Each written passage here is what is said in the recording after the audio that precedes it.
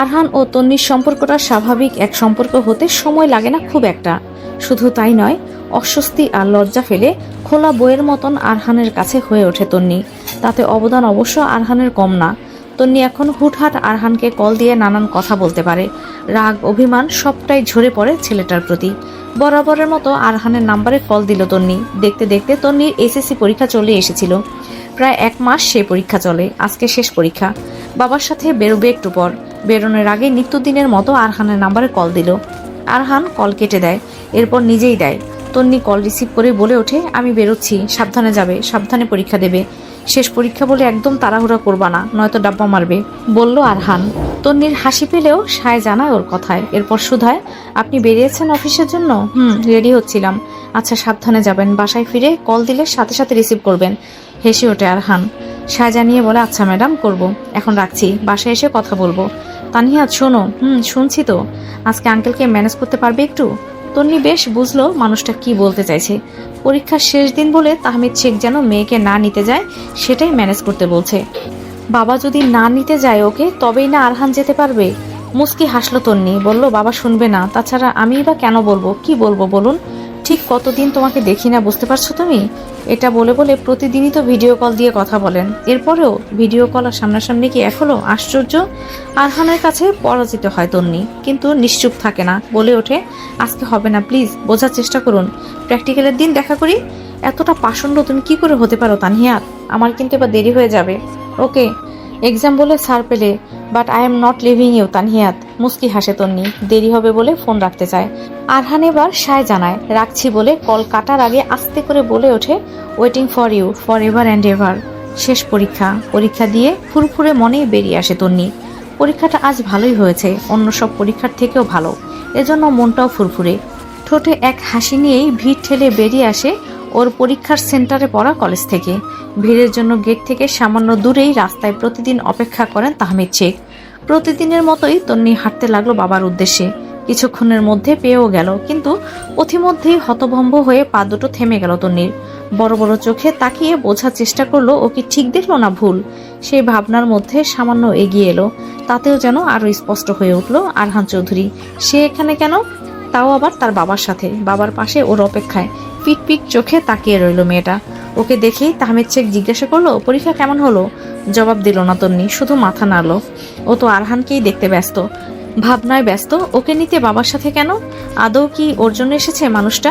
তন্নির কথাটা ঠিক বুঝতে পারে না আরহান। কপালে ভাঁজ পড়ে ওঠে। বলে ওঠে, এক্সাম ভালো হয়নি?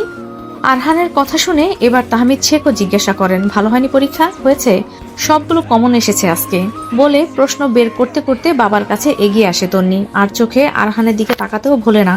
চোখের ইশারায় বলতে চায়, আপনি এখানে বাবার সাথে কিভাবে? কি বলেছেন বাবাকে? আরহান ওকে ইশারায় দেখিয়ে গর্ব করার মতন হাসে। তন্নি কপাল কুঁচকে তাকিয়ে রয়। সামান্য পর তাহমিদ শেখ বলেন, আচ্ছা বাসায় চলো। আরহান তুমি? হঠাৎ থেমে যান তিনি। আরহানের দিকে তাকিয়ে কিছু একটা ভাবেন। এরপর আবারও বলেন, আরহান তুমি ওকে বাসায় নামিয়ে দিতে পারবে বাবা? তাহলে আমি একটু অফিসে যেতাম এখান থেকেই। ছেলেটা তো এটাই চেয়েছিল। কোনো রকম দ্বিধা ছাড়াই হ্যাঁ বলে ফেললো।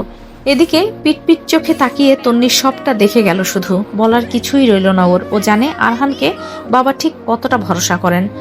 এই, এখানে এসেছেন, বাবা কিছু বলেনি আপনাকে? আপনি কি বলেছেন?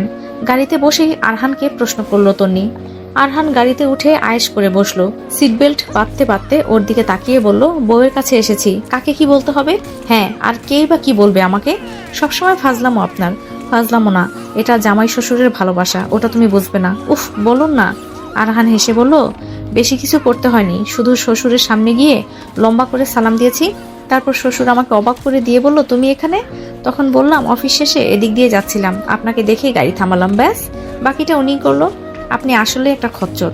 তন্নিও হেসে বলল। মানুষটার এই পাগলামি যেন অধিক হচ্ছে দিনকে দিন। আর তন্নিও অজান্তেই তাতে সায় দিয়ে ফেলে। আরহান গাড়ি স্টার্ট দিয়ে ফেলেছে ইতিমধ্যে। চলতে শুরু করেছে গাড়িটা। একবার তন্নির দিকে তাকিয়ে ও বলল, বাট আমি কিন্তু ভাবিনি আঙ্কেল এইভাবে আমার সাথে তোমাকে পাঠাবে। তন্নিদের বাসার নিচে এসে সোজা গাড়ি থামালো আরহান। মেয়েটাকে নিয়ে কোথাও যেতে চেয়েছিল ও, বসতে চেয়েছিল কোনো রেস্টুরেন্টে, কিন্তু গেল না মেয়েটা। সময় মতো বাসায় না ফিরলে যদি বাবা কিছু মনে করে, সেটা বলে বলেই আরহানের কান যেন খেয়ে ফেললো। কিঞ্চিত রাগ দেখিয়ে তাই ওকে বাসায় নিয়ে এলো আরহান। গাড়ি থেকে নামার পর আরহান ওর দিকে তাকালো না পর্যন্ত। ব্যাপারটা অনুভব করলো তন্নি। ওর দিকে তাকিয়ে বলল, আপনি আমাকে ডাক দেখাচ্ছেন? এসেছি তো বাসায়, এখন যাও, দেরি হয়ে যাবে তো। আঙ্কেল আবার কি না কি মনে করবেন। ওকে দেওয়া খোঁচাটা বেশ বুঝলো তন্নি। বলল, মা যদি বাবাকে কল করে তখন ব্যাপারটা কেমন হতো বলেন তো। তাছাড়া আপারও তো বাসায় আসার কথা আজ। আসার কথা না, সকালে এসেছে ভাবি। কি বলছেন, আপা এসেছে? চাপা উত্তেজনা নিয়ে বলে উঠল তন্নি। আরহান কিচ্ছু বলল না। তন্নি এবার খেয়াল করলো আরহান ওর দিকে তাকাচ্ছে না, তাকিয়ে কথাও বলছে না ওর সাথে। তা দেখে কিঞ্চিত দমে গিয়ে শুধালো, এই আপনি আমার দিকে তাকাচ্ছেন না কেন? তোমার ওই কিউট মার্কা ফেস দেখলে রাগ ধরে রাখতে পারবো না তাই। সহজ স্বীকারোক্তি আরহানের। শুরুতে রাগের কথাটা তন্নি বুঝতে না পারলেও পর মুহূর্তেই তা ধরতে পারলো। ঠোঁট চেপে হাসলো। এরপর বলল, প্র্যাকটিক্যাল পরীক্ষার দিন অনেকক্ষণ থাকবো, 3 সত্যি। আমার জানা আছে কতক্ষণ থাকবে। এবার ওর দিকে তাকায় আরহান। তন্নি আবারও হাসে। হাত বাড়িয়ে হঠাৎই আরহানের হাতের মুঠোয় হাত রেখে বলে, হয়েছে, এত রাগ মানাচ্ছে না আপনাকে, বাসায় চলুন। তুমি যাও। যাও মানে? রাস্তা থেকে এভাবে চলে যাবেন? এভাবে হুট করে যাওয়াটা কেমন দেখায়? তুমি যাও। বাসার বাইরে থেকে আপনি চলে যাবেন সেটা কি খুব ভালো দেখাবে? তানিয়া, আপনি এখনো আমার উপর রাগ করে আছেন অভিক? আচ্ছা বেশ, যেতে হবে না বলে হুট করে গাড়ি থেকে নামলো তন্নি। পেছনে ফিরে না তাকিয়ে হনহন করেই গেট খুলে ভিতরে ঢুকলো। এদিকে আরহান বুঝতেই পারলো না হঠাৎ কি হলো। ও তো তন্নির মুখে প্রথমবারের মতো নিজের নাম শুনেই হারিয়ে গেছে। এরপর যখন জানালা দিয়ে তন্নিকে যেতে দেখলো তখনই হুড়মুড় করে গাড়ি থেকে নামলো। কোনো রকমে গাড়িটা লক করে ছুটে গেল তন্নির পেছনে। তন্নি তখন সিঁড়ি বেয়ে উঠেছে অর্ধেকটা। আরহান ওকে নাগাল পেতেই ঝুটি করা চুল টেনে ধরলো। ওর পাশাপাশি দাঁড়িয়ে বলল, এই মুহূর্তে মনে হচ্ছে শক্ত করে জড়িয়ে ধরি তোমাকে, বাট আমি ভদ্র ছেলে। পিটপিট চোখে তাকায় তন্নি। রাগ দেখিয়ে বলে ওঠে, শ্যাট আপ, একদম বাসায় আসবেন না আপনি। বাসায় ঢুকে আরহান তন্নি তনুজার দেখা পেল। আরহানকে দেখে তনুজা অবাক হলো না। বাবার সাথে কথা হয়েছিল কিছুক্ষণ আগে, জানিয়েছিল ছেলেটার সাথেই আছে তন্নি। ড্রয়িং রুমে বসেই তনুজা আর সাহেরা বেগমের সাথে কথোপকথনে ব্যস্ত হলো আরহান। তন্নি তাকে খুব একটা গুরুত্ব না দিয়ে নিজের রুমে ঢুকলো। একটু সময় নিয়ে ফ্রেশ হয়ে জামা কাপড় ছাড়লো, তারপর বের হলো রুম থেকে। ড্রয়িং রুমে এসে কাউকেই পেল না তন্নি, তাই এগুলো ডাইনিং রুমে, সেখানেও পেল না মাকে। ওকে দেখে সাহেরা বেগম চাপা স্বরে ধমক দিয়ে বললেন, তোর আক্কেল জ্ঞান কবে হবে শুনি? ছেলেটাকে বসিয়ে আগে ফ্রেশ হতে গেছিস। তো আমি কি করতাম মা? উনি কি নতুন এসেছে আজকে বাসায়? নতুন না আসুক, সম্পর্ক তো নতুন হচ্ছে। যা দেখ ছেলেটার কি লাগে। চুপ করে যায় তন্নি, সহসায় বলতে পারে না কিছু, তবে মায়ের কথাটা গুরুত্বও দিতে চায় না। তাই একটু সময় নিয়ে বলে, আপা কোথায়? তহাকে খাওয়াচ্ছে, তুই গিয়ে দেখ আরহানের কি লাগে। বলেই ব্যস্ততা দেখিয়ে রান্নাঘরে ছুটলেন তিনি। তন্নি সেদিকে তাকিয়ে সুপ্ত নিঃশ্বাস ছাড়ল। এখনই আরহানকে নিয়ে তার এত ব্যস্ততা, না জানি ওদের বিয়ের পর আর কি করবে। আরহান ফ্রেশ হতে ওয়াশরুমে ঢুকেছিল, বেরিয়ে দেখতে পায় তন্নিকে। এগিয়ে এসে হুট করেই ওড়না টেনে নেয় মেয়েটার। এরপর নিজের মাথা সহ মুখখানা মুছতে থাকে। তন্নি প্রায় চমকেই ওঠে। দ্রুত এদিক ওদিক তাকিয়ে দেখতে লাগে কেউ দেখলো কিনা। হন্তদন্ত হয়ে বলে উঠল, কি করছেন আপনি? কেউ চলে আসবে তো, ছাড়ুন, আমি তোয়ালে এনে দিচ্ছি। হেলদোল নেই আরহানের। সে বড্ড আয়েসি ভঙ্গিতে মাথা ও মুখ মুছল। এরপর তন্নির দিকে তাকিয়ে কিউট একটা হাসি দিয়ে বলল, তোয়ালে দিয়ে কি করব? বউয়ের ওড়না আর তোয়ালে কি এক হলো?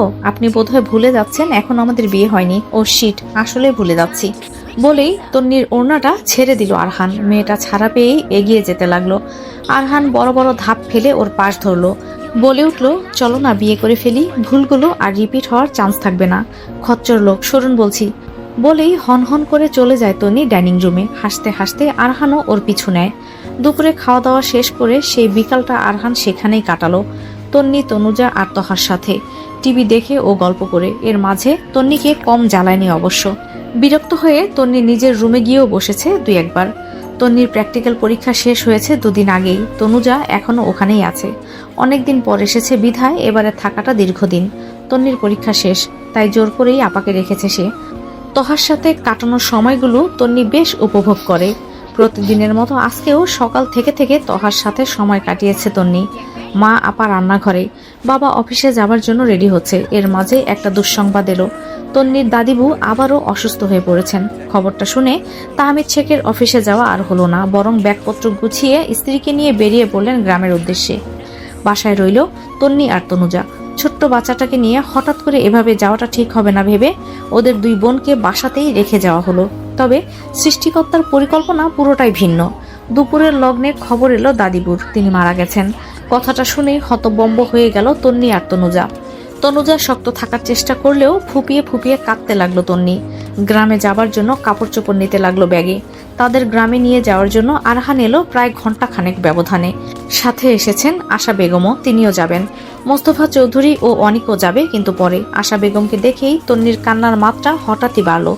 তা দেখে মেয়েটাকে বুকে টেনে নিতে ভুললেন না আশা বেগম। তো আজকের পর্ব এখানেই শেষ করলাম। ধন্যবাদ সবাইকে।